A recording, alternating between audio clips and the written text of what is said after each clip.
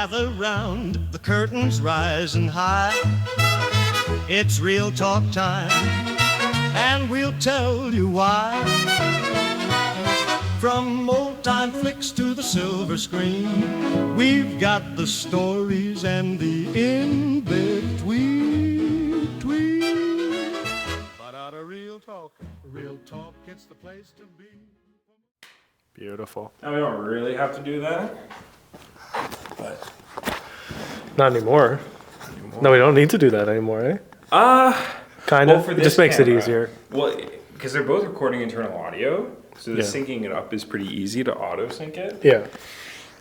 But sometimes it's nice to just have the visual reference. Yeah. Especially because I've noticed that sometimes this camera runs fast. Really? Wait, yours or the main one or mine? Yours, that one's usually a good base. But I find that these two, I don't know what the fuck is going on, but sometimes like this will be a frame shorter than this one. Interesting. Or like it'll lose a frame as we go through, and sometimes this will lose a couple frames. Or not lose frames, this one will speed through frames. So I'm wondering if there's some weird recording thing going on. Interesting. But yeah, no. Okay. Nice. We just started the episode like that. That's how we'll start the episode. Started the episode talking shit about our cameras for no reason. What the fuck, cameras? Come on, Someone put Canon. it together with the FX30. Come on. Come on, Sony. Come on, Canon. I can't. Yeah. Blackmagic showing you up right now. Yeah. Well, that's why we edit on DaVinci. Speaking of Blackmagic, have you seen the Pixis camera? No, I haven't. Okay. No. The newer one. Yeah. We talked about that briefly. Okay, I saw it. So my buddy has one that they're loaning him to test out. Yeah. And I was checking with it, or like playing with it, and it's actually really fucking nice. And it's only $4,000. That's not bad. So is it to rival? So it's full frame, obviously. Full frame. Rival the FX3? Is that kind of the point? Or is I think it's kind of like a better Komodo. Oh. Like a red Komodo. I would say that honestly, that camera could rival a lot of cameras. A lot of like even more expensive cameras. Yeah, because it was the what's their tagline? It was like the smallest full frame camera to take over the market or something like that. Okay. I had a lot of fun playing with it, and my buddy also has these anamorphic lenses that are like for a full set. They're like $4,000. Wow. So it's like 8,000 G's all in. I'd say probably a good 10 G's on the package with the cage and everything. Yeah. Now he got given all this stuff, so it doesn't count. But I'd say 10 G's all in, and you can have yourself a motion picture package. I was just gonna say, like you can actually produce a very beautiful film on like with that whole kit. Oh yeah. Like I'll show you. Pull it up. You got all the time in the world. Pull it up, Nason. Well, while Nason's pulling up the absolutely stunning kit that we're going to see from Blackmagic, welcome to Real Talk, episode 6 with myself, Sander. And Nason. Today we're going to be starting talking about these cameras just very briefly, as we are now unofficially sponsored by Blackmagic. That's the goal. We're gonna have 3 of those cameras by the end of the year, and then Shure is also going to sponsor us as well. But yeah, no problem. Okay, here, so it's like a $12,000, $10,000, $12,000 setup, and it's producing images like this. Wow.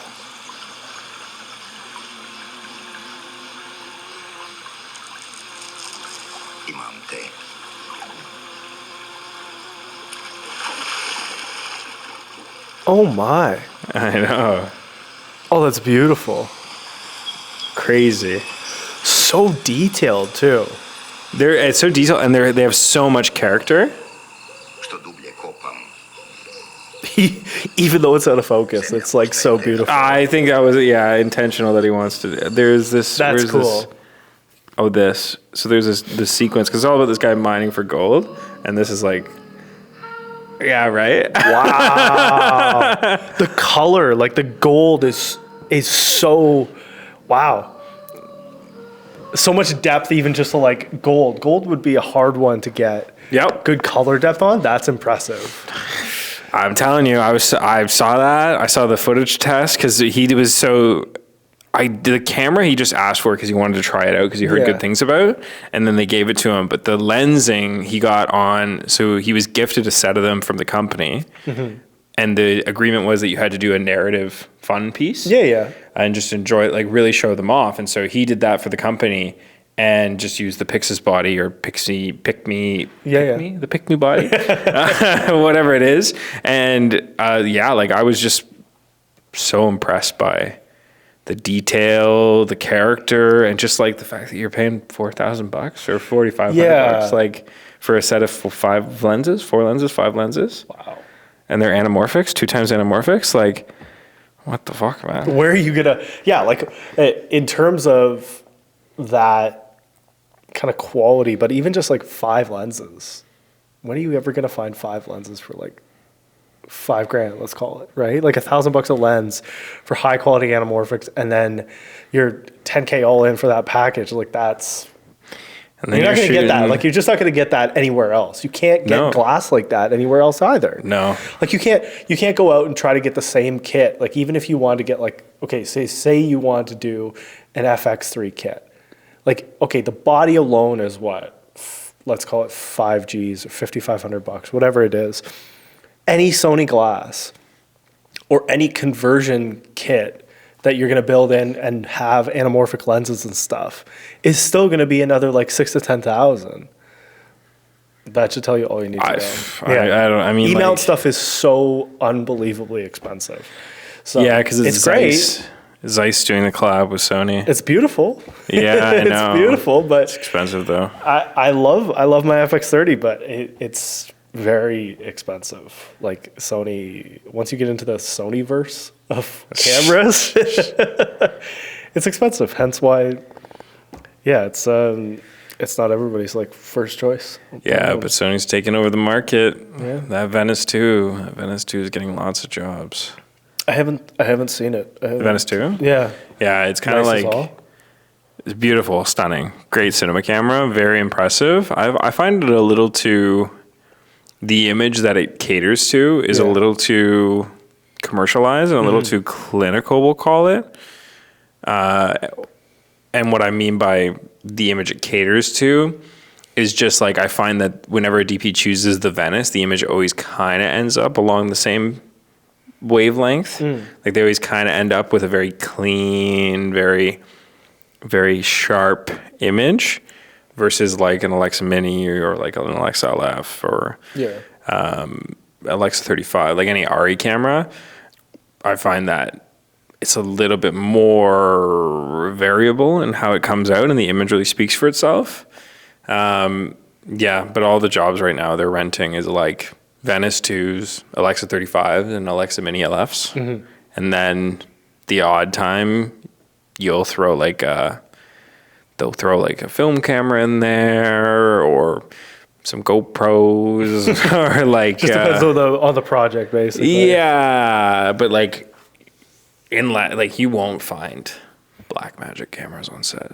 Interesting. Is it just because people don't know what they're doing with them? Like it's more technical, or it's just something they've never used? Like you wouldn't have used Blackmagics and stuff at school, right? Yeah. So like people are used to other equipment already, and then you just go, this is what I'm going to use for everything? Well, I mean, in school, like I know that TFS does have Blackmagics now. Yeah. So it's like their entry-level cameras that they have are all FX3s. Yeah. So they have FX3s, FX6s, but then the more premium camera is the Blackmagic Ursa 12Ks or the 12K. Sure. Yeah, it's just like a full frame 12K body.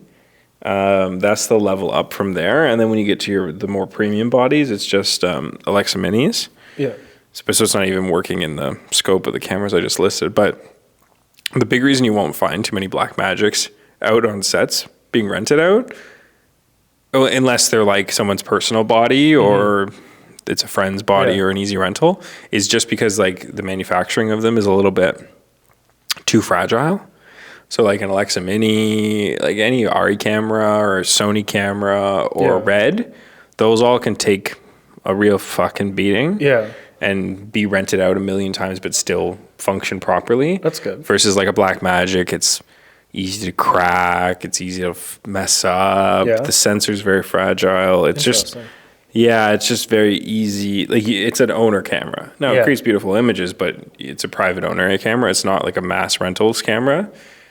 Where Sony, I feel like definitely, especially they kind of have that whole, let's call it like rugged system kind of built around even like the FX30 and stuff. Mm-hmm. Like it's definitely, because you can close it up. I feel like I don't, obviously you never want to be rough with your camera, but I feel like, especially having a cage on it, which you kind of inherently do regardless, it definitely feels like I could kind of toss it around. I don't need to be, it's not a gentle system. Yeah, I agree. And they have the rugged cards and stuff as well, like for that. Yeah. So it protects against, mess it up. Yeah, like it kind of they protect against like file corruption and stuff and certain elements. I'm assuming. Mm-hmm. But it's good that they have that. Not that I ever think I would ever need one, but good to have because they have like a CFast. I guess the new CFast. CF Express. Like the rugged version of that as well now too, but it's good. There's a ton of cameras and stuff now. It's so easy. A little too many. Yeah, like almost a bit too much selection, but it's also I guess it makes it easier for cinematographers and stuff across all budgets and all scopes to make something cool. Like that FX30 is Netflix approved. So like that's taxes in, insurance, whatever. Like I spent 3 Gs all in to get that camera. That's like you get good S-Log out of it. Like it's 422. Like you get everything out of it, and that's really, if you're making a film, like that's all you need in terms of your depth, right? Yeah. 3 Gs to actually make like obviously you got to have good glass and stuff but you can also shoot it in different creative ways. Like you don't need a $5,000 lens just to make like a good film. Your film will speak for itself if it is good enough, right? But yeah, that's true. true to an extent, because I find that there's really a specific style of what audiences are expecting when they go to watch a film. Yeah.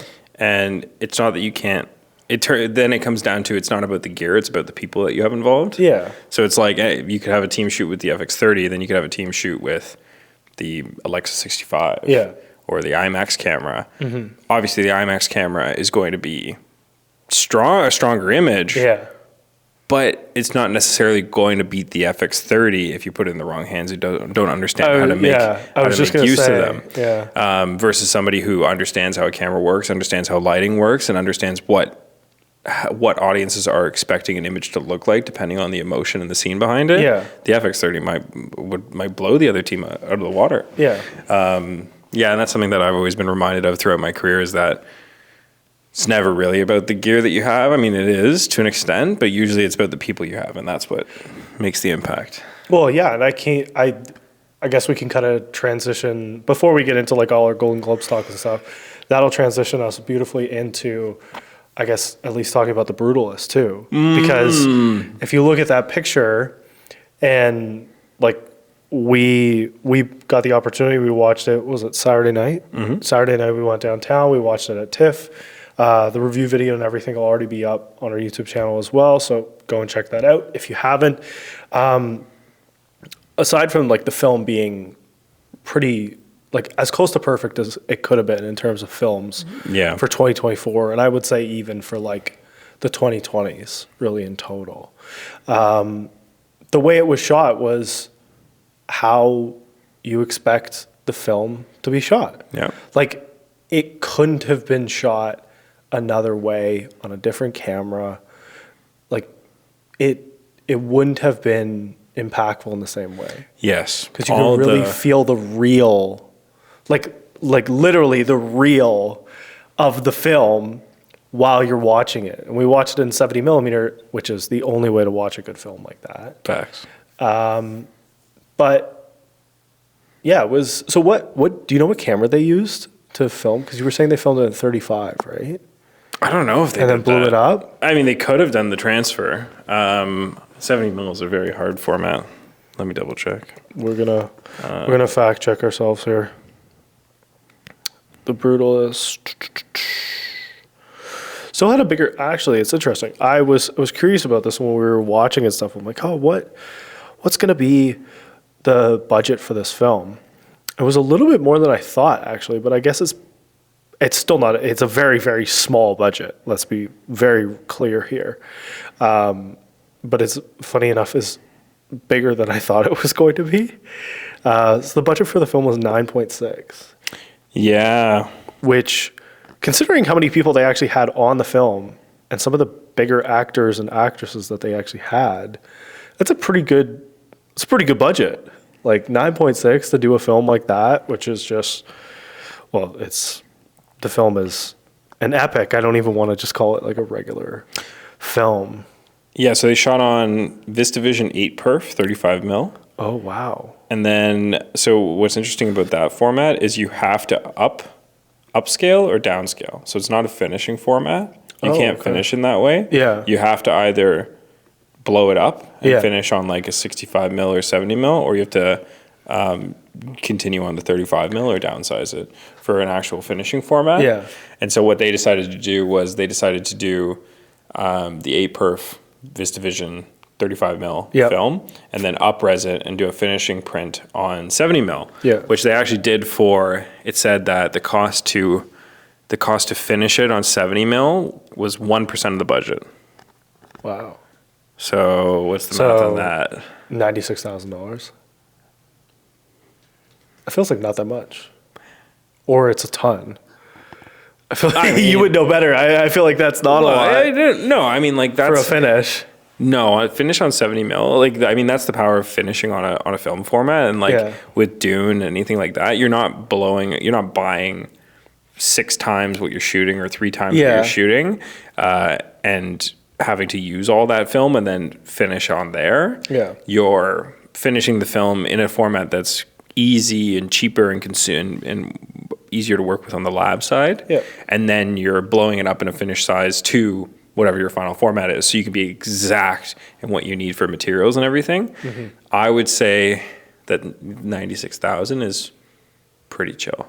Yeah. Okay. Like it's not too bad of a It's cost not an at all. exorbitant amount of money based on No, what 'cause the output was. for You the can film. spend a couple $100,000 on film for a feature film. Yeah. But so I'm sure, Especially at that length as well, like being 3 hours and 35 minutes. yeah. That's huge. Like, Long.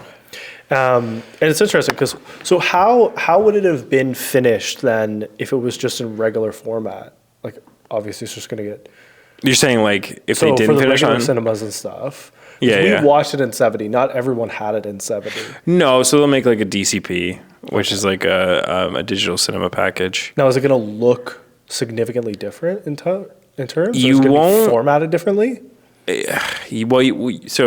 The big thing is, I don't know if you noticed, but every time they had to switch a film reel, the projectionist had to switch a film reel, you'd get a blink in the corner. Yeah. So you won't get that.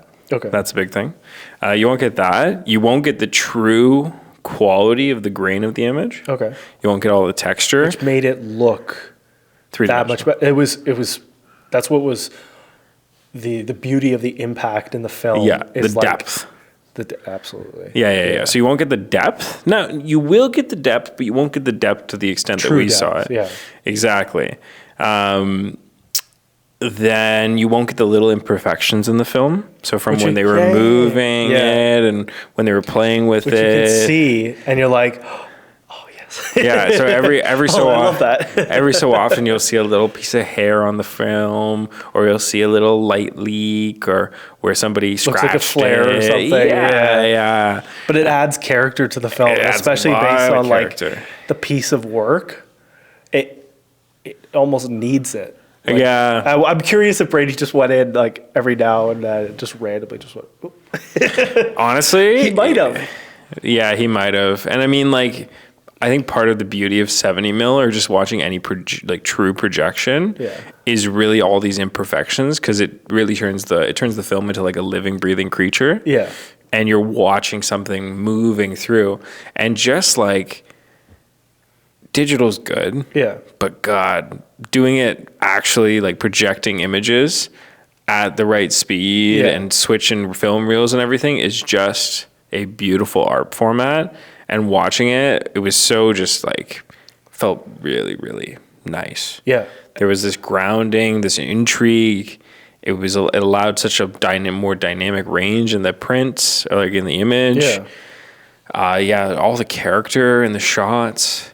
It was a beautiful piece of art. So like, good. It was 70 mil. And we said it in our review and stuff. Like I think that captivated like really what has been, aside from the masterpiece of cinematography that like Dune has produced in the last handful of years, I don't think there's like another standout film like that in terms of not it just being like, obviously now it's a big award winner, but I think Brady actually said it like very well in his acceptance speech. He was saying like, I was told that this was undistributable.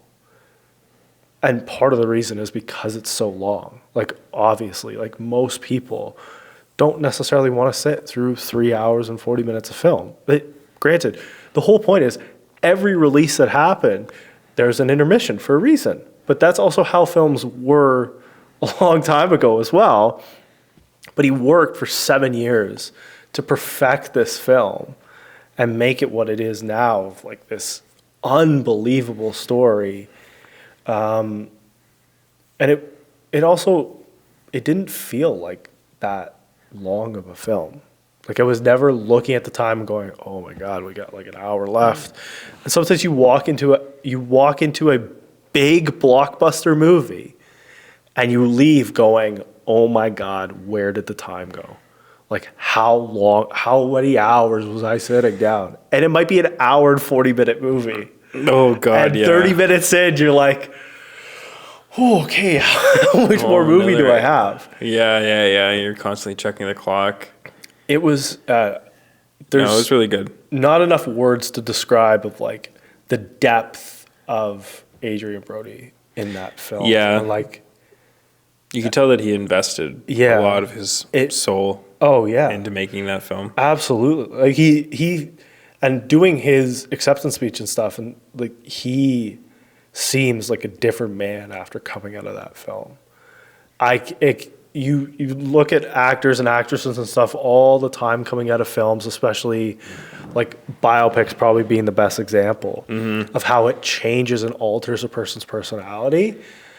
And I think that the change of how he was prior to the film, obviously it feels like it aged him a little bit, and it looks like that, and it looks like he's become the character as well. And he had like a very moving speech afterwards where they do like kind of that backstage like acceptance talk about kind of the anti-Semitism and stuff, and based like the whole point really of the film. But it was, it really feels like he left a piece of him in that film, and it kind of brought out this different version of him. So it'll be interesting to see him in films and stuff moving forward, how he adapts out of that character too into something else now, which is always so difficult. And maybe the best example being Austin Butler. Like, you see him as Elvis, or Rami Malek as well. You see him as Freddie Mercury, and you go, that's all you're going to be. So it'll be interesting to see. I don't know. What do you think? Especially when you can't lose the accent. What for? Austin Butler? Yeah. Oh, absolutely. Yeah, that's the toughest one. He couldn't shake it. Well, he was in Dune too. I mean, like he didn't really talk much, but you definitely still hear it a little bit. You're like, Is that Elvis? In May Dune? thy knife chip and shatter. Oh yeah, No, yeah, you too. Mine too. Yeah. Okay, yeah, you too. Yeah, it was a beautiful film Yeah. about a man going through life and giving a shit about something. Yeah.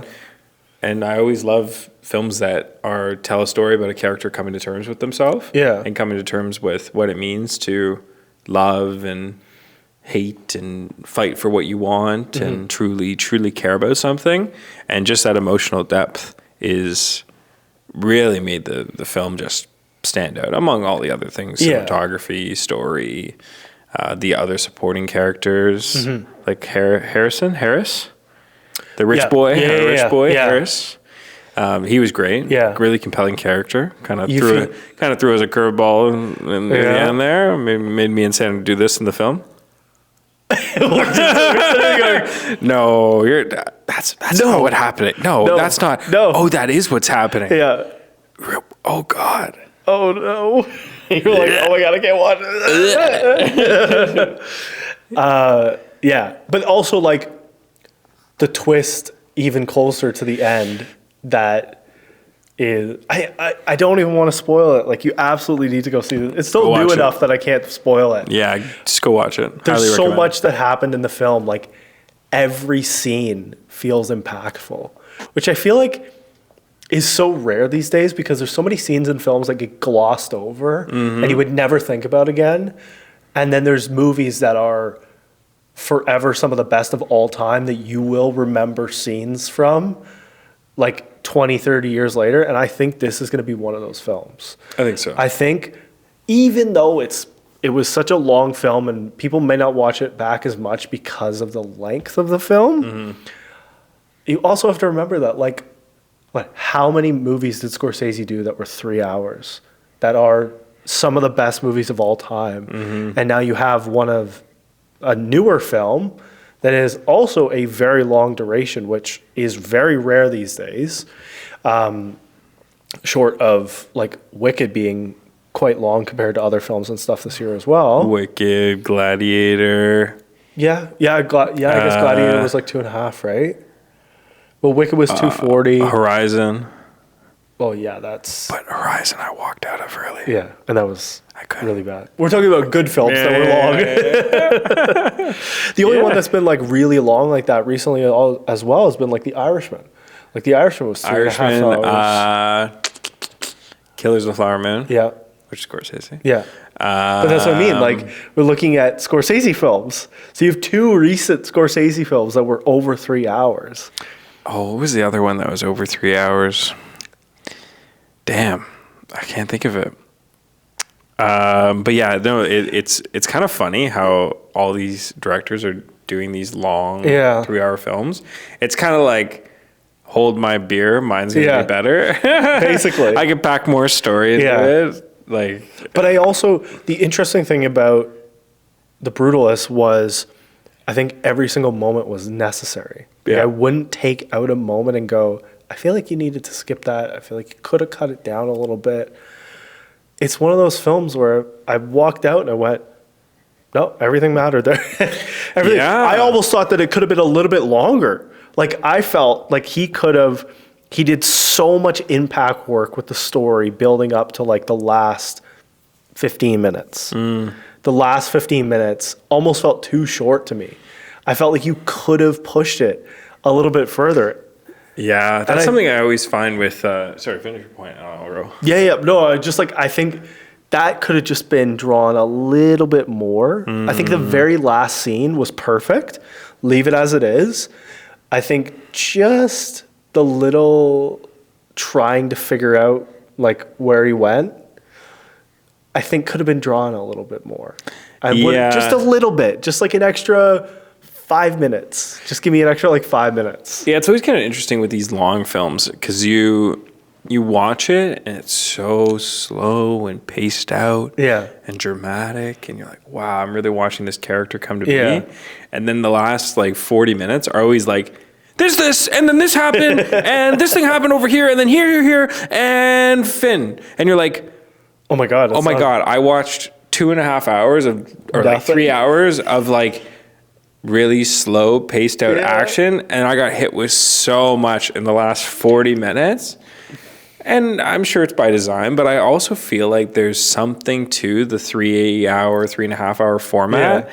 Maybe it's like the editor or something. Yeah, he's like, where they're done like, by all the right, end get of it it." done, get it done. You know, they have that. And maybe also the team, like their filming structure and everything. It's like, oh, this is an emotionally impactful. So we're going to let the cameras roll. We're going to let the takes roll. You know, there's something with this 3.5 hour format where I guess the editors are like, okay, we're going to use all this footage that the team spent so long working on and really letting the cameras run. And, we're really getting to know this guy because you know his family, his wife, his niece, all this. And, oh, my God, I only have 30 minutes left and I have to tell all the rest of this story? Yeah. Oh, well, I can't go back and cut all this because it's so beautiful. Okay, I did it. It's like, it's kind of like that. But I also know how a lot of feature film editors work, and especially like the really classic talented guys, and I don't think that they would approach it in that way. Yeah. So I don't know. But didn't you say it was kind of something similar to like Killers of the Flower Moon? Oh yeah. How it was structured, and he just like dumped it at the end, basically. Yeah. It was like at the end where you want to see the character drama even more.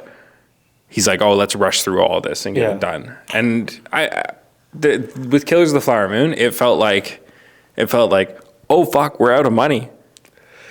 Well, I have this like cheap idea to get it done in like a day. Like that's how it felt to me. Yeah. Because everything was so beautiful. Yeah. And so slow and so paced out, and you really got to know all the characters. And then the last like 30 minutes was, okay, and then this happened, and this happened, and this happened, and we'd love to show you, but me as Scorsese would rather come out and tell you on screen because it's so important, and blah, blah, blah, blah, blah, blah. Now, I will say that I found it to be a cop-out.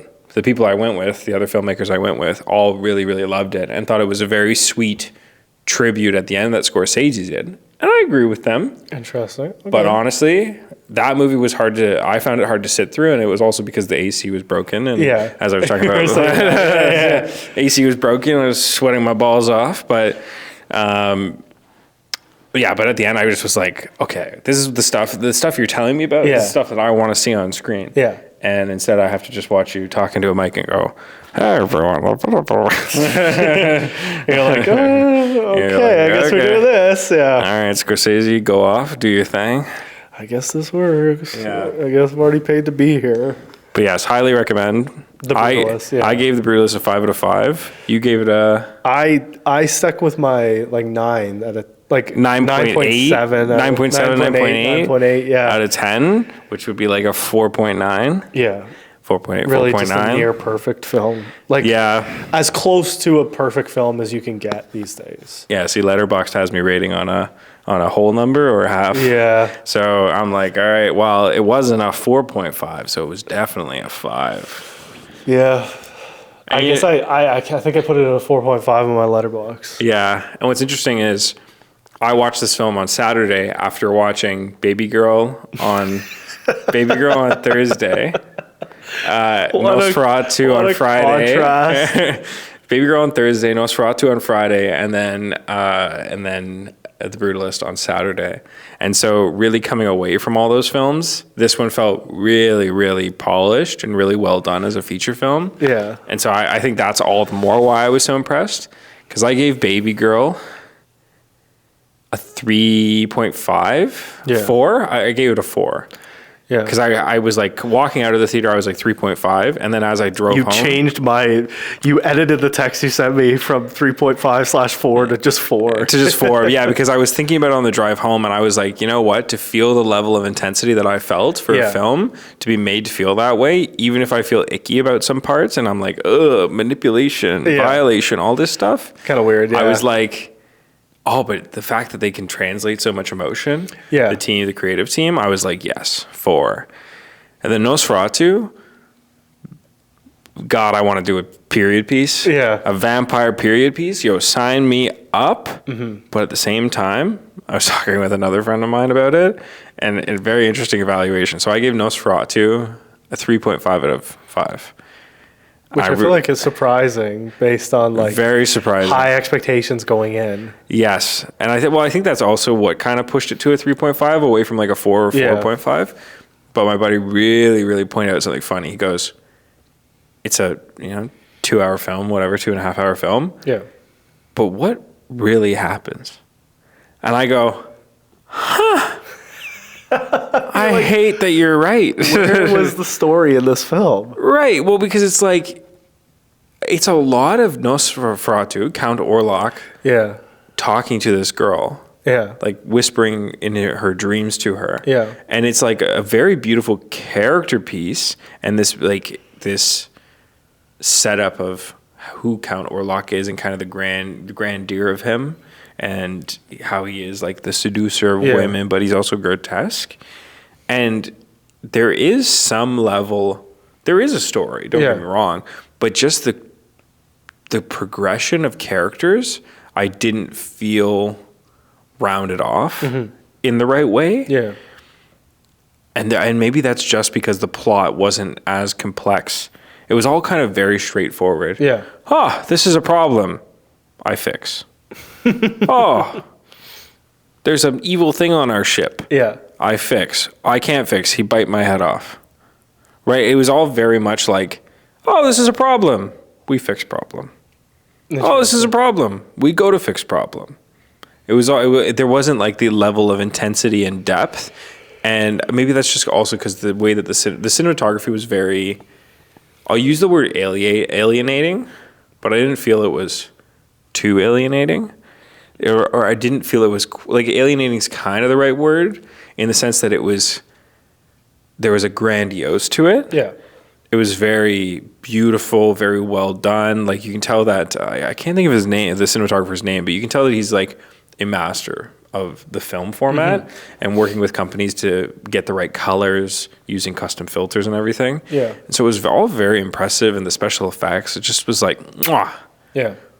But yeah, like I just don't feel like the characters got rounded off in the right way, and I don't feel like enough happened in the plot in a way that made you feel like you were watching the common man fight this satanic monster. Yeah. I don't know. I gotta go see it. Gotta go watch it. I gotta go watch it. gotta go watch it and come back to me. Yeah, I gotta go watch it. But I don't know. Yeah, it's interesting because I heard mixed things. Like I feel like I've seen a lot of people saying like how incredible it was, but I also now I gotta go in with it thinking there's no story, which is so interesting because it's like it feel like they tried to, especially in all of the press and everything that they did, people talking about the story as like one of the main things of when they were getting interviewed. So it's interesting to like hear a contrasting kind of theme to that. But I definitely need to go watch it. Yeah, sure. I wish I could remember the word that my buddy used when he was talking about it, because he used a really good word to just kind of say like, it was, to dumb it down, it was just a very simple, straightforward plot. Fair enough. And it was like, this happens, so this happens, so this happens. And if you generalize any plot, every film is going to be like that. It's kind of that way. But The Brutalist was like very much, there was so many choices that were made caused so many webs. Oh, absolutely. And the webs influence one another. Whereas you're in this big world for Nosferatu, but it doesn't feel like the choices that characters make influence more than just like their immediate timeline. Which is always what adds so much impact and depth into the best of the best films. Yeah. And like one of the best examples of that is like Interstellar. Yep. Everything impacts everything. Yeah. And everything webs into the end of the film where you get this like crazy conclusion. Essentially. And that's, every good film does that. Like even if we look at off the top of my head, the first thing I think of is like Wolf of Wall Street. Like that's a film that everything webs itself. It's like who the characters know when they develop. And obviously it's based on a real story, but more to the point is like everything webs and it's so well done in a beautiful storytelling version that there's no other way to like look at the movie as just, it's not two-dimensional. As soon as it becomes like three-dimensional and there's more like depth and characters playing on characters and stories on stories, it just makes that film, as long as it's not overcomplicated, because you can go too far and explain too many different versions. Like Horizon. Yeah. Horizon, that was the issue with it. They were just trying to create, well, they were doing an epic, but they were trying to do too much all at once in the first film. Yeah. So that they were like, oh, just watch 3 hours of setup. Yeah. Of filler, and then you'll get it all so that we can have a really awesome 2 and 3. Yeah. And it's like, but the problem is you lose your audience on the first one because everyone's like, wow, there's lots going on. Yeah. And who's this character? Because we haven't seen him since the beginning. And you know what also sets that up perfectly as well is like the Dune franchise as well, because you know that there's going to be 3 films or whatever we want to say. There's going to be a trilogy just based on the books. But setting it up properly is so important, and obviously it helps to have the books as the right storyline that builds into 3 unbelievably good films. And the first 2 do such a good job because it's not hard, like when you're really just sitting and watching the film, like it's not hard to follow the storyline of like where things are going and what's impacting what, because Dune 1, for example, sets up beautifully into the second film. Like if you don't set them up properly, especially when you know based on doing a book series that there is going to be a second film, if you don't set it up properly, people are going to be less inclined to go see that second one, even if it's better than the first one, and especially in terms of cinematography, which I feel like it was. So it's the importance of setting it up, but also like baiting the right plots at the right time. yeah. So let me ask you this, because this is the review from everybody who I know who tried to watch Dune and couldn't get through the first one. Yeah. When you rewatched it and forced yourself to sit through it, at what point did you go, oh, this isn't bad? Like how far into the movie? About an hour. Like So what scene was that? If you remember. If you don't remember, don't worry. I don't even remember. I feel like I'm still so focused on like the second one. The second one still got me so captivated. Yeah. Because the second one, I feel like the first one was incredible. The second one was like mind-blowingly good. I think an hour in, they're in the desert, like they got the whole attack happened and everything. In the first one? Yeah. No.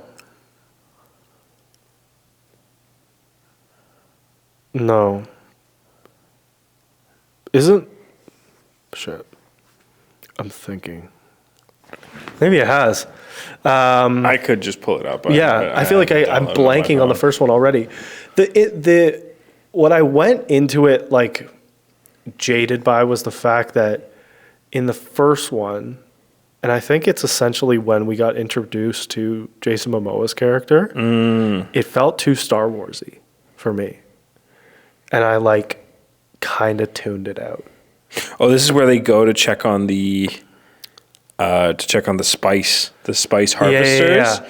And then that's what I started turning around. Because you're like, oh, there is actually some excitement to it. Because until then, it's all world building. Yeah. It's all like, oh, this is where they're from, and this is Arrakis. Yeah. This is what this you is do like with how Anora. he is, and like maybe he This is the him as a one. prince, Yeah. But I think it's so interesting. It just, what turned me off initially was the fact that it felt like it. I think the crafts, because they are so similar, aside from the fluttering is not. You're talking like the but big the way ships. that they're designed is very similar to the starfighters from the Star Wars films, because they're like, you know, the X, like the starfighters and stuff that you see, like X-wings. Yeah. They're very similar. Like the look is very similar. This is just like a different kind of. Yeah, the But they look like that. flies essentially. Is what they're it is designed off with the dragonflies. wings. Yeah, But I think that's what kind of like irked me a little bit, and then I just kind of like blanked. I don't remember even watching it the first time, but watching it back and forcing myself to actually sit down and go, Wow. Yeah, well, that was always kind of the review that I got from there was a lot of people. I was surprised by how many people who went to watch Dune and just couldn't watch it. Yeah. And now I wouldn't say that their watching scenarios were all great. 'Cause Yeah. It's like, oh, I tried to watch it on the plane and didn't like it. Oh, I tried to watch it on my phone. I didn't like it. And it's like, if you're making it a side piece, then it's hard because it does require you to pay attention. Absolutely. But everybody who I talked to about it and was Yeah. like, no, like honestly, it's a really good film. Yeah. They went back, they watched it, and they went, oh, I understand Yeah. why it's a great film now, because by forcing myself to get into it, Yeah. now it's great. It's like reading a book, and it's like, Yeah. wow, the first 10 chapters have been so boring. And then you get to chapter 11, and you're like, oh, and now I can't stop reading. Yeah. Yeah.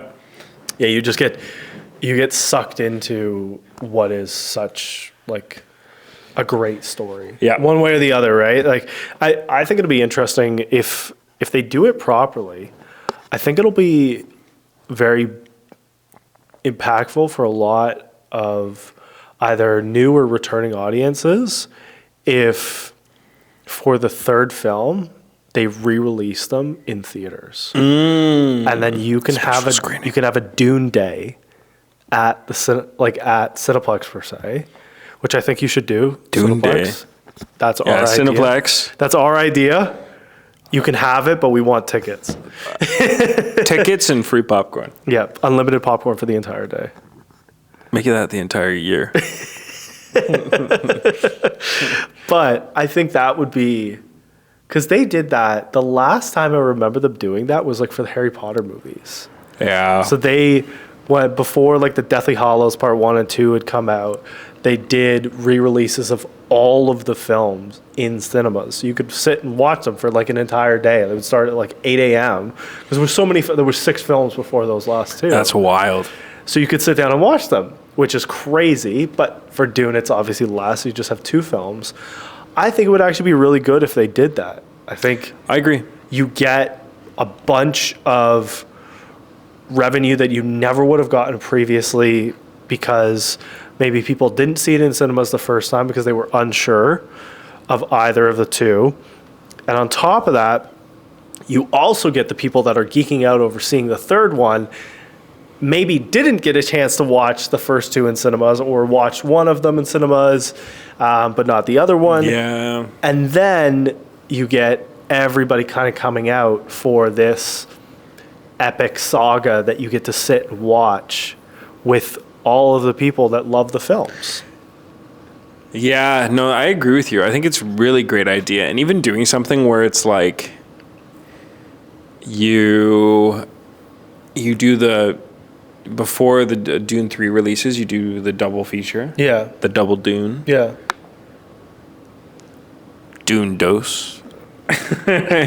you do that, and then you say part of coming and watching these 2 films Yeah.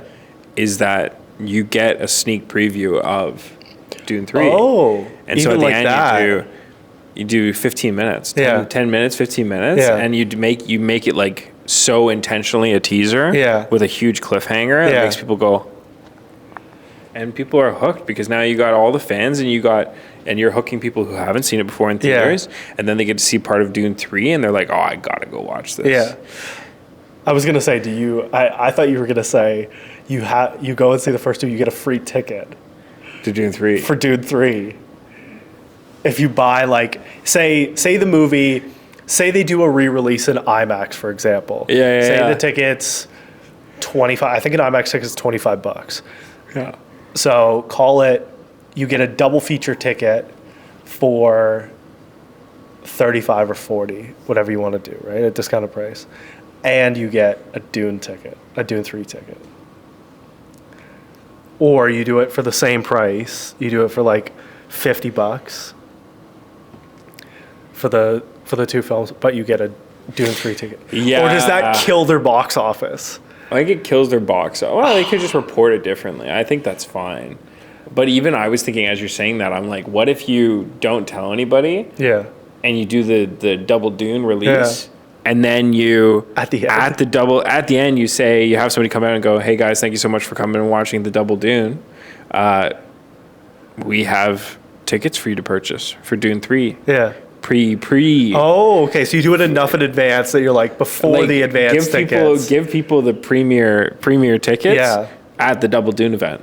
Oh, that's So good. it's like, hey guys, we have these showings for these 3 days that are available to you guys first because you're such fans of the films. You came and saw it again. Yeah. So I feel like there'd be a fight over good seats though.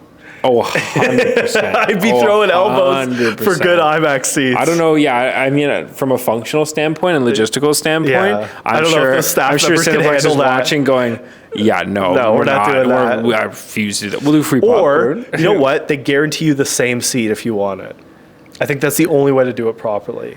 They have to be able to guarantee you the same seat. Because then there's less fighting, and then if people don't want to claim the ticket, then it's a first come first serve basis. But everybody would just do it. I like that. Oh, I think that's the only way to properly do it. No, I like that because then people can choose to revoke it. Yeah. And then either they ask people, "Hey, do you want to switch? Do you want to do this?" Or they just watch it at a later date with seats that they want. Yeah. But I think people would be very down for that. Take the choice away. Yeah. Then it's just like, do you want the tickets or not? Yes. Yes. But even you could even do it like because you came to the Double Dune. You could at least get a like slightly discounted ticket. It's already just a slightly, or like something else. $18. Or you get.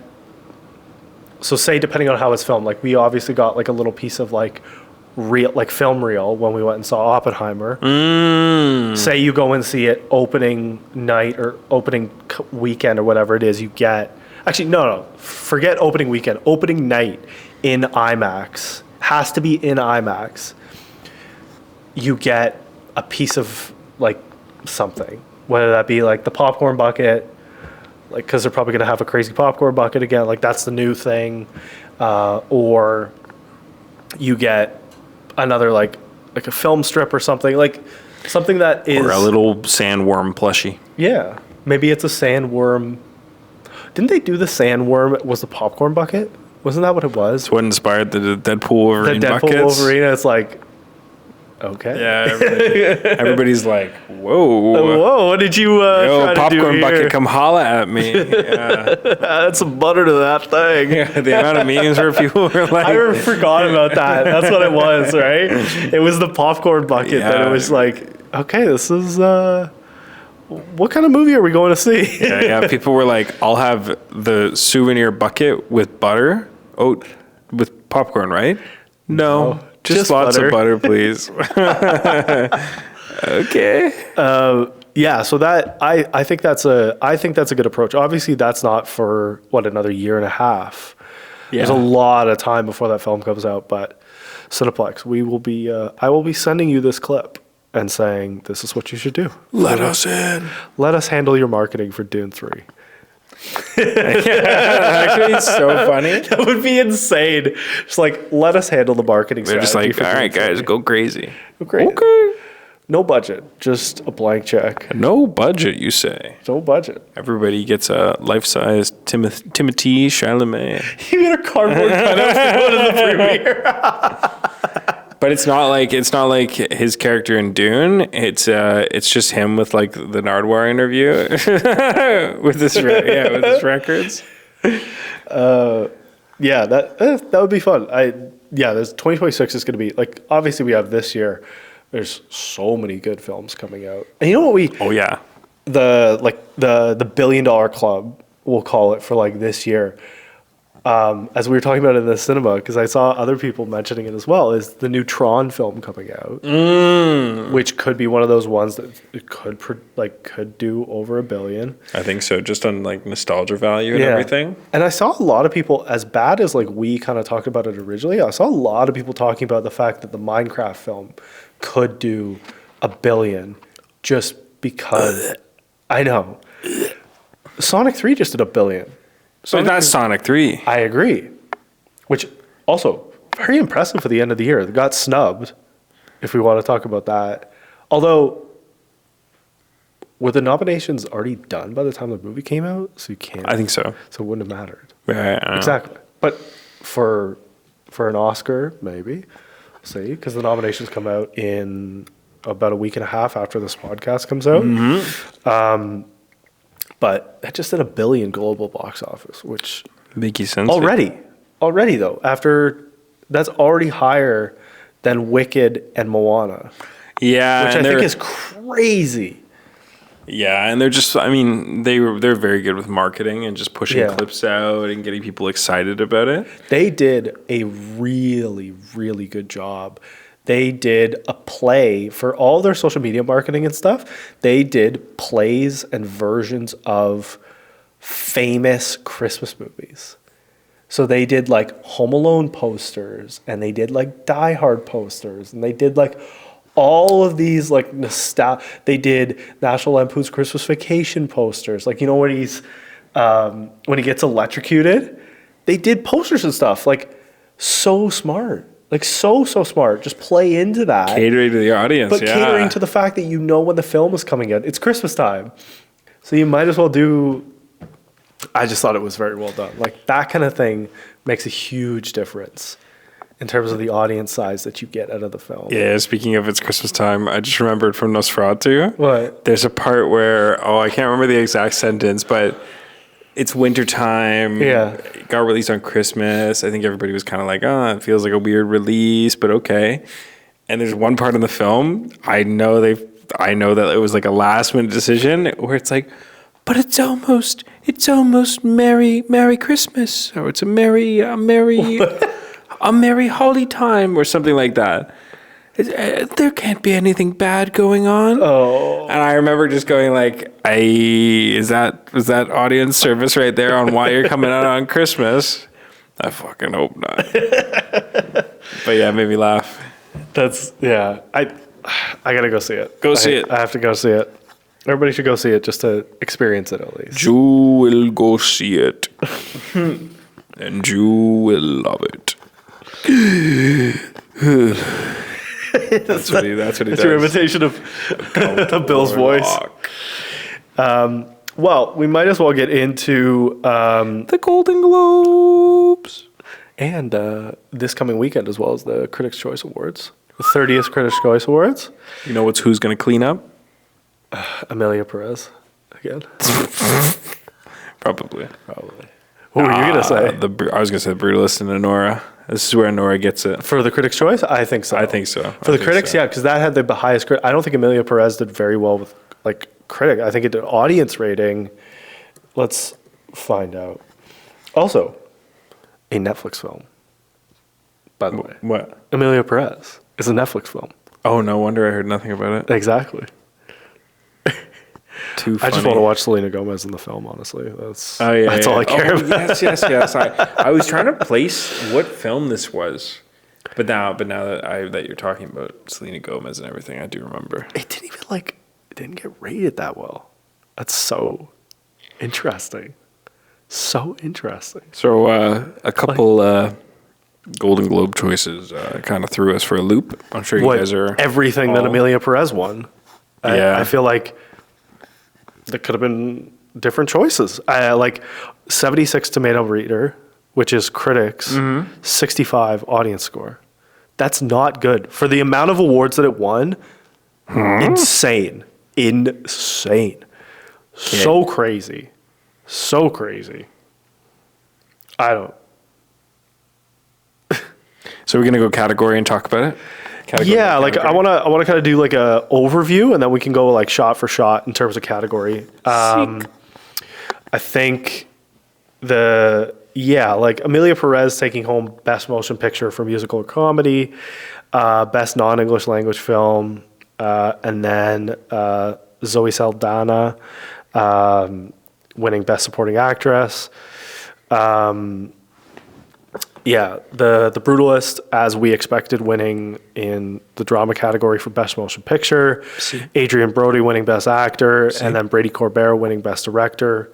Those were a lock. I don't think there was any other choice for those, especially for the motion picture drama. I guess we could also...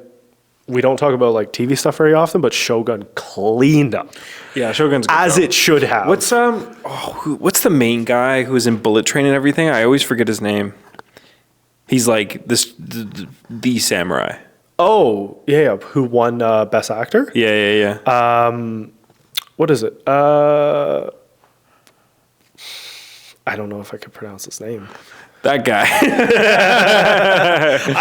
I genuinely don't know if I can pronounce his name. Every time he's on screen, he always blows me away. He's always incredible. So talented and just has such like that charm. Hiroki Sanada? Okay. I don't know. What would you say that is? I'm butchering that. Hiroyuki? I don't know how to pronounce it. I feel bad. So Very talented. Yeah. He won. Shogun is a very good film, and then also Colin Farrell winning for Penguin. Good as well. Good. He deserves that. As he should did have. He did a lot of work. Yeah, that was a good one. I was happy. I was watching that. I was like, yes, Colin Farrell actually winning. Go Colin. That's good. I appreciated that. And then he did a who is Batgirl in the latest Batman film? Zoe Kravitz. Oh, Catwoman. Yeah, Catwoman. Zoe Kravitz. We love Zoe Kravitz. Beautiful. Yes. They came out and then presented an award director. after that as well. I was like, this is good. I was like, you guys did a good job here. Now get us Batman 2. Yeah, now start filming. Get it done. And they are going to be filming this year, apparently, which is good. Good to hear. Apparently. Shogun was fantastic. I'm happy that they won. Shogun's very, very incredible. I think there's we can kind of go into surprises and snubs, if you will. I think one of the interesting ones that I was surprised by was Demi Moore winning for The Substance. So she won Best Actress. Who would you have given that to? I think it should have been Mikey Madison. I think she got snubbed there. I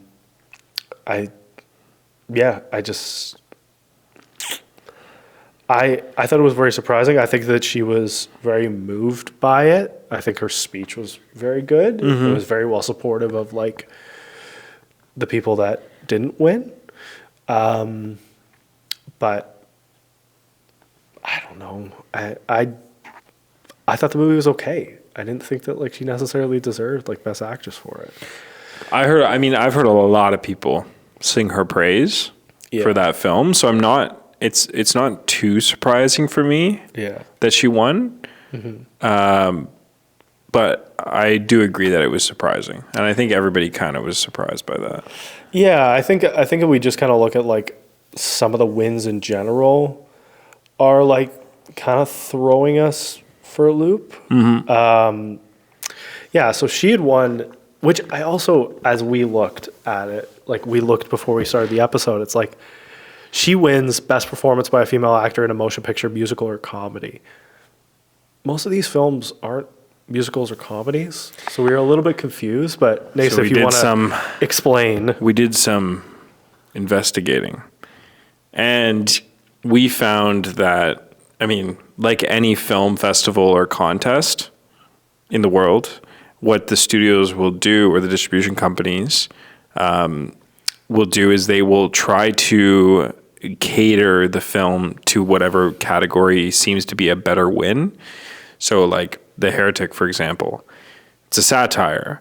So you can argue the case that it shouldn't be in the drama category, or the drama kind of generalizes with horror and all that kind of hacker slasher stuff.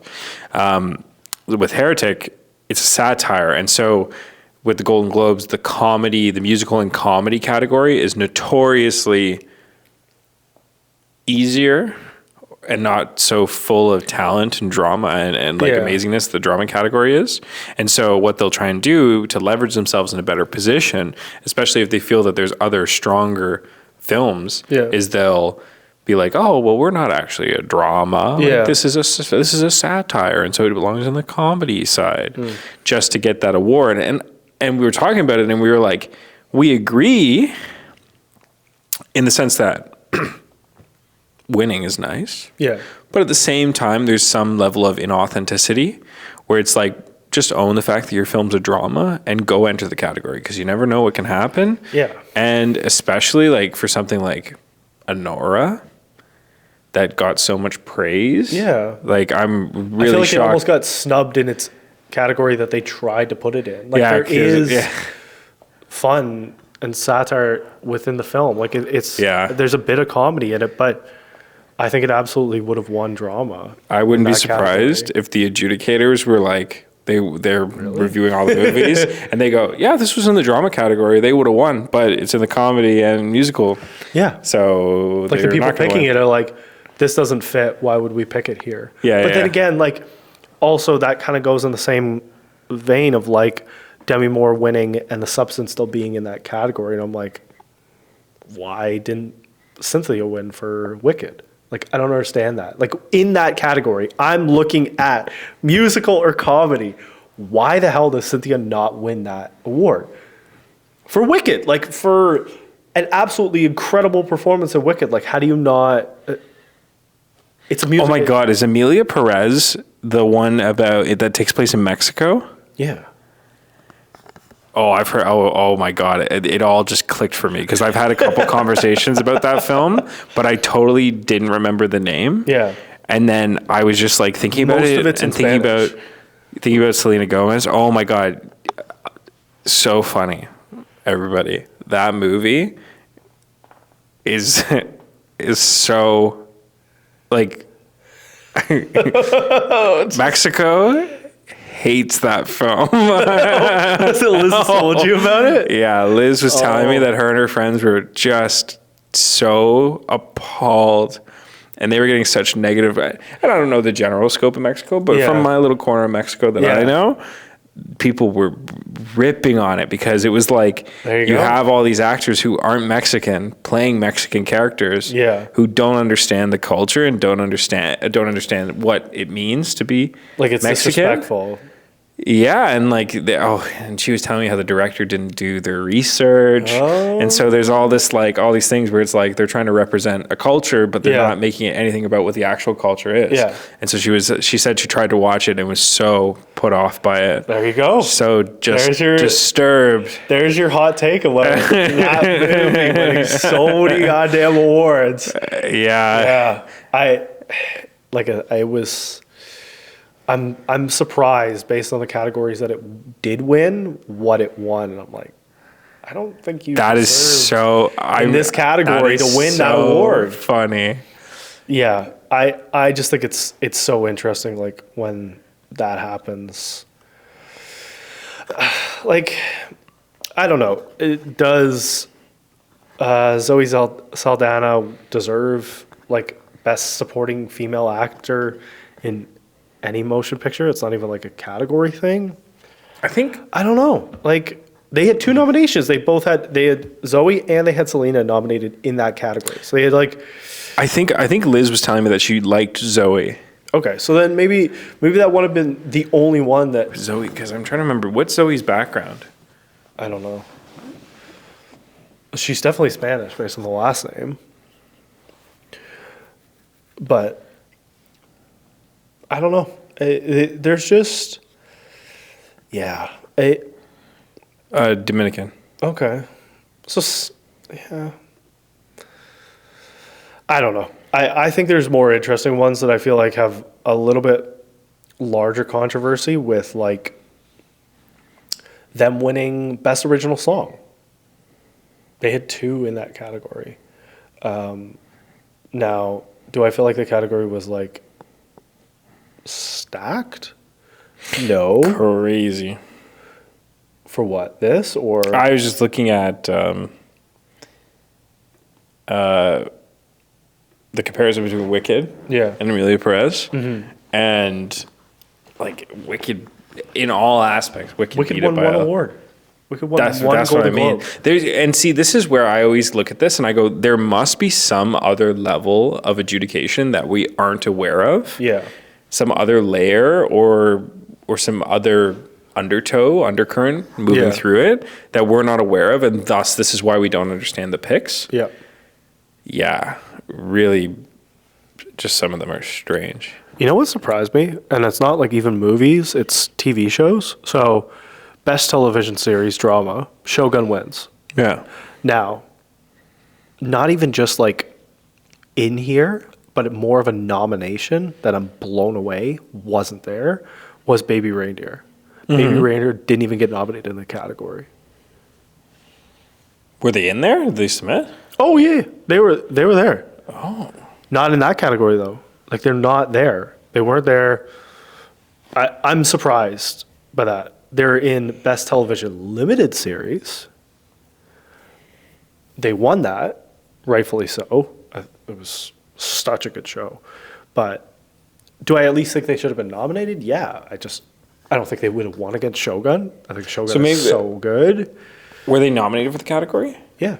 They were nominated for No. So they're not even like nominated in the category. Right. So maybe this was like another strategic thing Submitted. where they were they were submitted to They it. submitted, but they weren't nominated. Oh, that's really surprising. Yeah, that's what I mean.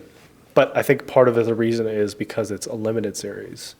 Yes. It's harder to go up against some of the other ones. But Facts. yeah, if we want to kind of go like down the list, I'm sure we'll kind of find some more controversy along the way because I feel like there was. I feel like the Critics' Choice Awards and the Oscars might be a little more black and white in terms of like the winners. Definitely. And I feel like the Golden Globes always paints the picture as to who should have won, and then the right choices happen for the Oscars, which is always Yeah, funny. it's kind of like a participation medal. Yeah, it's just a cool trophy to have. But the Oscars, Oh, that's so interesting. Yeah, I guess you're right because maybe because Anora is like slated. It literally has the best odds of like betting websites to win so many other things at the that Oscars. is so funny. Because then you go, okay, like Imagine that. that's what's gonna happen. They're like, sorry guys, you don't get anything with us. Yeah. And then they go to the Oscars and just clean up. And you go, oh, okay, so this is real. yeah. Sorry, Yeah. you guys got the participation medals. So the one that I didn't even think about would be there because I forgot that this was the thing. But obviously, we talked about box office stuff for 2024. So like cinematic and box office achievement category's pretty good. Alien Romulus, Beetlejuice, Deadpool Wolverine, Gladiator 2, Inside Out 2, as we know, literally did the biggest box office of the year. The Wild Robot, Twisters, and Wicked. And Wicked won. And Wicked won. I think that was a toss-up pick simply because they didn't let them win anything else. I think they had to give them something. That's so weird. I think box that's the- office achievement? I think that's the only reason that they won. I don't think there's any other reason that they won that award. I think they feel like they had to give them something because they got none of those other movies, except for The Wild Robot, got nominated for a single thing. The only thing they got nominated in the category was this one. But Wicked got nominated for a ton of other stuff and didn't win. I think that's the only reason that this won. Sorry, Because guys. if you look at the box office, it's literally black and white numbers. Inside Out 2 had the best box office of the year. You can't debate it. The number's there. Yeah, as we're talking about it, I'm remembering now that every year I'm always kind of Surprised surprised by like the Golden perplexed by Globes. the choices. Yeah, like why? Yeah. But that one, I think it was like a pity Golden Globe almost. Yeah. That it just, I don't know. I don't like the pick. It's kind of funny too because it comes across like, look, guys, you actually made money. Yeah. Good for job. you. We didn't think that was gonna happen. Yeah. Some of those you go, oh yeah, that makes sense. Like Inside Out 2, you go, yeah, I'm not even surprised. Like, not surprised. Gladiator 2, not surprised. Like, Twisters, I'm almost a bit surprised by. Did as well as it was like at almost 500 million. Yeah. No, Twister was surprising. Twister was good, but like, you kind of go in and go, oh, Glenn looks good. Go Glenn. Best original song, motion picture. I don't know. I feel like I didn't know the category well enough to like speak on it. What were the other options? Beautiful That Way, The Last Showgirl, Compress Repress, which was from Challengers, which there is a very controversial next award that we're going to go into with the fact that Challengers won for score, I believe. El Mal for Amelia Perez, Forbidden Road, which is a Better Man, Kiss the Sky from The Wild Robot, and then Mi Camino from Amelia Perez as well. And who won? And El Mal won for Amelia Perez. I don't know. I just another one of those you go, okay. I'm gonna shake my head because even I haven't seen The Wild Robot. I think it got snubbed on a few because I think it should have won best animated, and it didn't. The Cat one did. The Cat one? The Cat movie. Like I'm blanking on the name. We'll get back to it. Yeah. Okay. The Cat movie won. And I'm like, the Cat movie. There's like a Cat movie that won. That was like not a full feature film, but it was like a full length film that could have been a short, basically. But it won. Maybe because The Wild Robot's going to win for. The Wild Robot's going to win an Oscar. It's not going to win a Golden Globe, apparently. That's what's happening. I mean, yeah, it should have been best animated. But I just listening even to like the small clips and stuff that they play when they do the nominees, the Kiss the Sky song, it was like, oh, this is beautiful. Yeah. Like, the music was great. This is what should have won. Yeah, Wild Robot was very good. There you go. Yeah, best original score was the one I think got snubbed from like 4 other movies. So you were saying the Challengers won? The Challengers won. But then it went for best original score. And other films like, okay, Amelia Perez is in there for best original score. The Brutalist score is in there. How did that not win? I'm sorry, what? That's pretty wild. Dune Part 2. Hans Zimmer not winning. But Dune 2 is a lot of stuff from Dune 1. I know, but he at least was nominated, though. Like, still. But it's all just indicators that, like, they're going to go on and make a big show. And I know. And then The Wild Robot and Conclave. Conclave is really good. I've heard that. I was talking to my buddy about it. Yeah. Everything. I think anything in that category it could have won except for Challengers. I don't think Challengers had any right to win that award. What? It was okay. There wasn't the music and the score. Like the score was not the impactful part of why I feel like the film did well. Yeah, but then something like The Brutalist, I would say that the score is a big part of why. Absolutely, it was so great. That's the only reason that the movie carried as well as like. Not the only. There's so many reasons why The Brutalist was such an incredible film. And the Conclave too? But The Wild Robot even, like, you just look at the music that they did for that. Crazy. I wonder why. I don't know. That's very surprising to me. Again, the only award that they won. Pity award? Lots of nominations. Only award that they won. Pity award? That's what I'm saying. And then we'll continue on. Best screenplay, motion picture. Again, could have been. I think it was a bit of a toss-up. Conclave ended up winning. I felt like it should win something. Mm-hmm. And I don't think that that's like unfair. However, Brady Corbett not winning that for The Brutalist is dismissing the greatness of like how much he put into that film, like how much he lost trying to make that film for so long. I don't know.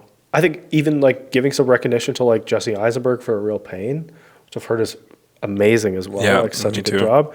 And then also like it could have been a toss up for Sean Baker for Anora. Like again, you look at you go, yeah, Conclave was good, but like I feel like there was a couple other films that could have easily won. Like I would have had better odds winning that award. Well, and this goes back to the point of like there's obviously some metric that we're completely missing. Yeah. to do with the adjudicators, to do with the setup, to do with the organization, to do with... It's so interesting to be like in a couple months when we were able to contrast this with like the winners of like the Critics' Choice Awards, and then we can contrast it with the Oscars, and you go, okay, what really happened here? Like, what's the consistencies and what's the major inconsistencies that we're seeing of like how many Oscars does Conclave win? How many Oscars does Wicked win? How many Oscars does Amelia Perez actually win? Yeah, I don't think Amelia Perez is going to win a single Oscar. No, Maybe one. I don't know. But I don't think anything further than that. I think it would be very challenging. And then we have Best Director, absolutely the right choice. Yep. For The Brutalist, Brady Corbet. I don't think it deserved to go to anybody else. I think Sean Baker did an incredible job with Anora, but I don't know. I think you have to give it to Brady. Yeah, I'd agree. Just based on how good the film was. I actually agree with this choice. Best performance by an actor in a supporting role in any motion picture. Kieran Culkin for A Real Pain. Mm-hmm. I've heard nothing but good things about his performance in that film. Yeah. Have you watched it yet? No? I gotta. Yeah, that's one of those ones that's like. It's on my watch list. It's been on the list as well. Guy Pearce did a really good job in The Brutalist, so it's like that was good. But I also think that like Kiri and Jesse Eisenberg are like working very well together in that film. Like just draws such a great story out of it, and yeah, it makes the most sense. Like Denzel got nominated, but I don't think he was strong enough to like be in that category this year. He was good, but it wasn't like. I feel like I can't even remember his impact on that film, which is sad to say. Considering how big the film was. Like, obviously I remember it, but not in the same kind of way. Yeah. And then we have Best Performance by a Female Actor in a Supporting Role in Any Motion Picture. This is the one that Zoe Saldana won for Amelia Perez. I don't know. It easily could have been Ariana Grande in Wicked. Isabella Rossellini in Conclave. Like, you got Felicity Jones in The Brutalist. Like, I don't know. That's a tough one, and that's one of the ones that either is confirmed or completely denied by the Oscars. And I think that'll be like that one might be the most telling out of all of the awards that it won. So I guess we'll see. We shall. For sure. I love this. I got to see this film. And I've heard nothing but good things about it. But Sebastian Stan and A Different Man. Yes. Very, very good, apparently. He made a very beautiful speech. Actually. Yeah, I saw clips of that.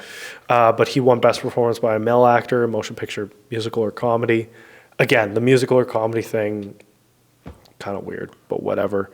I think that Jesse Eisenberg did a really good job. Like that, A Real Pain was very good. So you can go 1A, 1B in those picks. But Sebastian Stan, that was a very good film, apparently. And yeah, he had 2 films this year.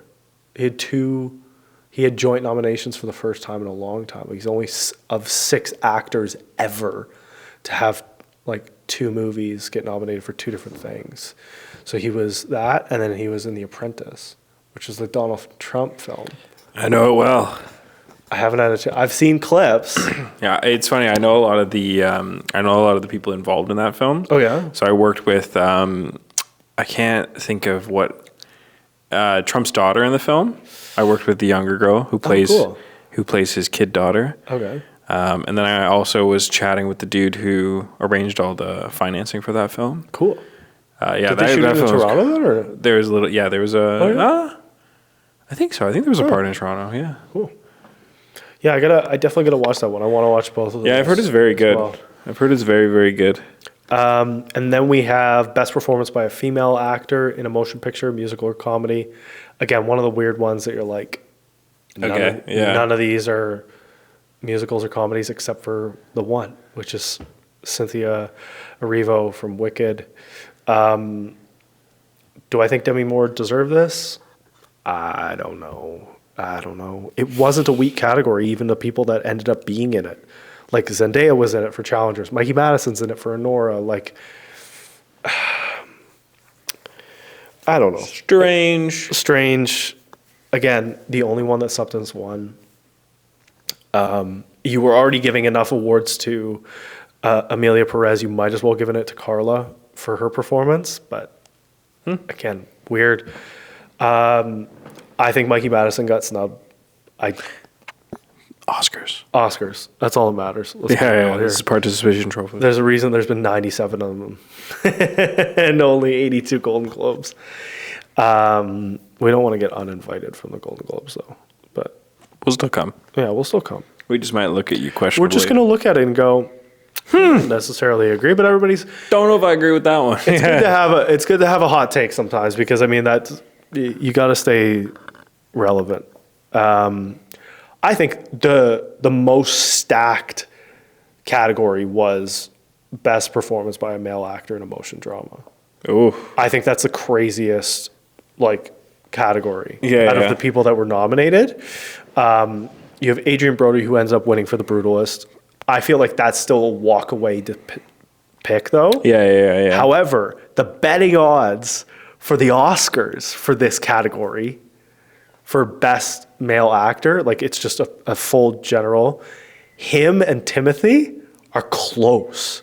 Timothy for what? For a Complete Unknown. Oh, yeah. I heard that was so good. I've heard completely mixed reviews about the film. I've heard unbelievably good, literally one of the best biopics ever. And also... What the fuck? Didn't need to go see it. Damn. Will never rewatch it. Damn. Which says a lot for biopics, because I don't know how many times I've watched Bohemian Rhapsody. I don't know how many times I've seen Elvis.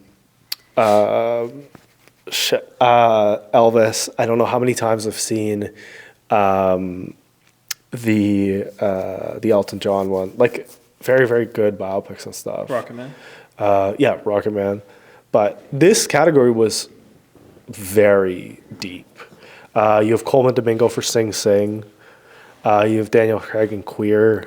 You have Ralph Fiennes in Conclave. You have Sebastian Stan for The Apprentice, not for A Different Man. He's good in there, yeah. Yeah. And then you have Timothée Chalamet for... And what was the Timothy was the betting odds? It was close. Oh, okay. No. Adrian Brody it was a minus 175. Timothée Chalamet's a plus 135, which is very close. Yeah, very close. Everybody else is way above in the plus, but closer than I would have thought. So I got to go see Complete Unknown. This one surprised me a little bit. I didn't see all of these films, but I did see a few of them. Best performance by a female actor in a motion picture drama. Again, pretty stacked group of women. Everybody you've heard of, basically. So Fernanda Torres won for I'm Still Here. Angelina Jolie did a good job in Maria. Yep. Kate Winslet in Lee was very good. Nicole Kidman in Baby Girl. I wouldn't have she did a very good job. I don't know if I would have given her the award though. Pamela Anderson in The Last Showgirl. That was very good. And Tilda Swinton for The Room Next Door. So I think you can kind of go, it would have been a closer one. But I feel like they still probably made a relatively good decision there. Yeah. Of that one.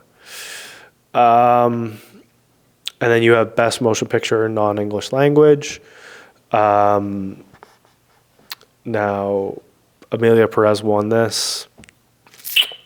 I don't know. Some of the other films, I think there's two other films that could have won this. All We Imagine Is Light could have won. By far. By far. Or The Seed of the Sacred Fig. All We Imagine Is Light. I'm telling you, I watched that film. My God. Easy Very pick. impressive. Yeah, there you go. So it'll That win should've an won by Oscar far. then. That's all that matters. Yeah, it probably will. It's a very good film. And then we have Best Motion Picture Animated. So the cat movie was Flow. It's called Flow. It won at Cannes. It won the Palme d'Or. No, Okay. not Palme d'Or. It just won at Cannes, though. And Oh, it wasn't a Palme d'Or. The not Palme d'Or. Palme d'Or, Okay. because okay, I Anora was won gonna Palme say. d'Or. Yeah, I was going to say, wow. Okay, maybe it is good. Best Motion Picture. It was a pretty good flow. And you have Inside Out 2, Memoir of a Snail, Moana 2, The Wild Robot, and then Wallace and Gromit, Vengeance Most Foul. Pretty good. Yeah, well, Wallace and Gromit is always good. Always good good. films. I don't know. Inside Out 2 could have won. I think The Wild Robot probably should have won, though. It was very good. It was very good. I'll have to see Flow, though. Yeah. Yeah. And then we have what I think is one of the more controversial picks. Again, with Amelia Perez winning this, the best motion picture in a musical or comedy. He's just like, Okay. why did Amelia Perez win this? Like, I don't. I Again, gotta go watch it now. I don't understand. I'm gonna go watch it, and I'm after this. gonna be like, Okay. maybe it's fine, maybe it's great. I haven't heard that, but maybe it is.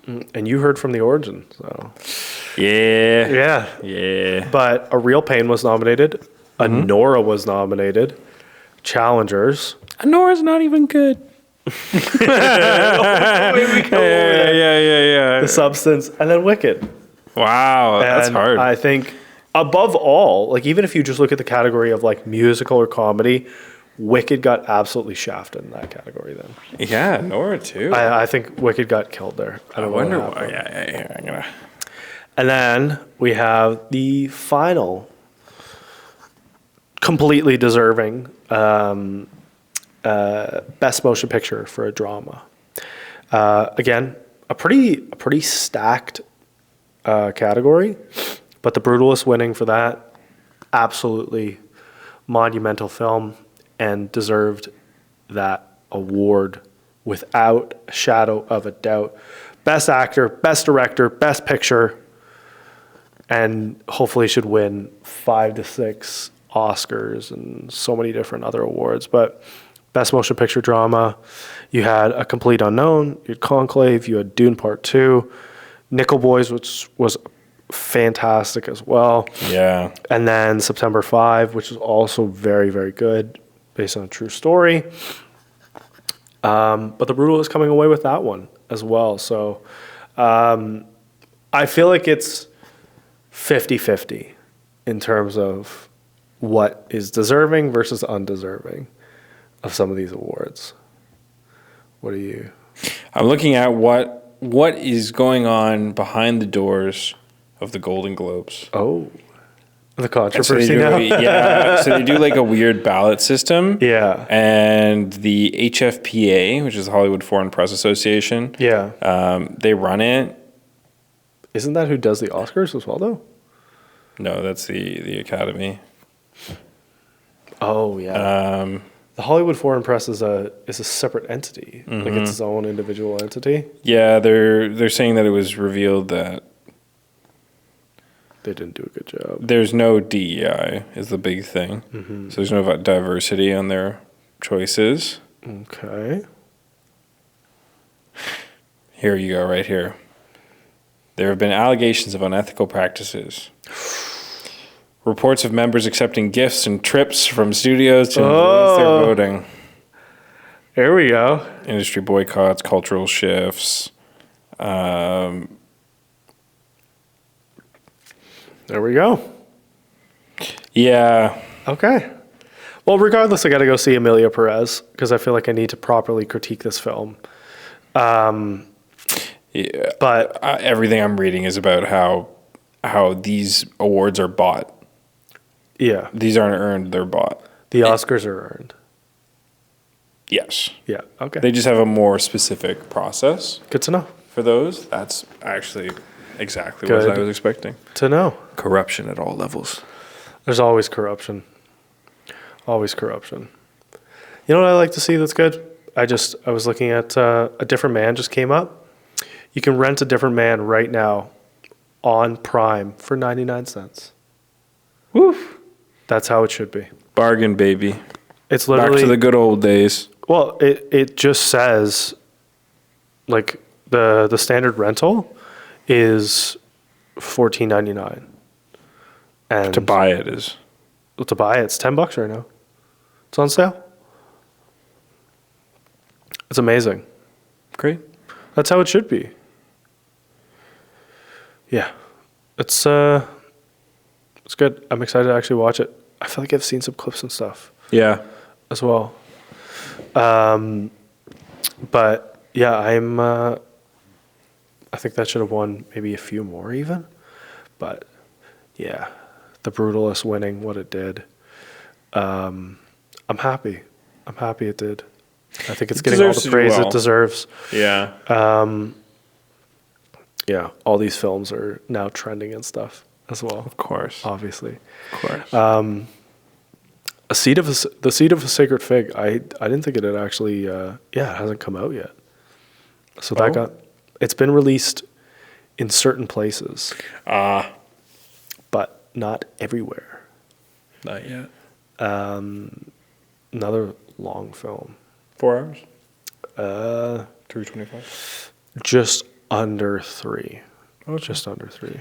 Wow. Everybody's getting the itch. Yeah, The itch to do long films. I know. So Strange. that's pretty much it in terms of like Golden Globes and stuff. Wow. I feel like I'm excited for the Oscars. Yeah. I'm curious to see, like, as we talk about it in a little bit as well, after we see like the Critics' Choice, who comes out of that. I feel like Anora got snubbed for so much because Mikey Madison they were saying that 2024 she's the most awarded actress like for the year, and it was just award after award after award after award because the film was that good. So the fact that they got snubbed at the Golden Globes just tells you everything you need to know. Yep. It's too bad, but she'll get a Tis a shame. recognition and she'll get an Oscar as she rightfully deserves.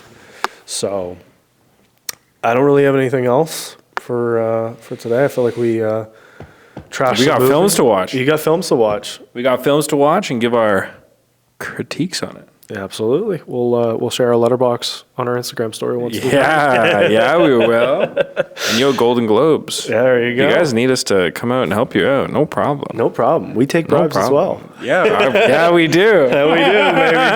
Hey, I'm looking for a new truck. Okay, well that pretty much finishes up episode 6 of Real Talk with myself, Sander. And Nason. And we will see you guys in the next episode. Yeah, take care, guys. Take Hope care. your New Year is off to a great start. There you go. Awesome. See ya.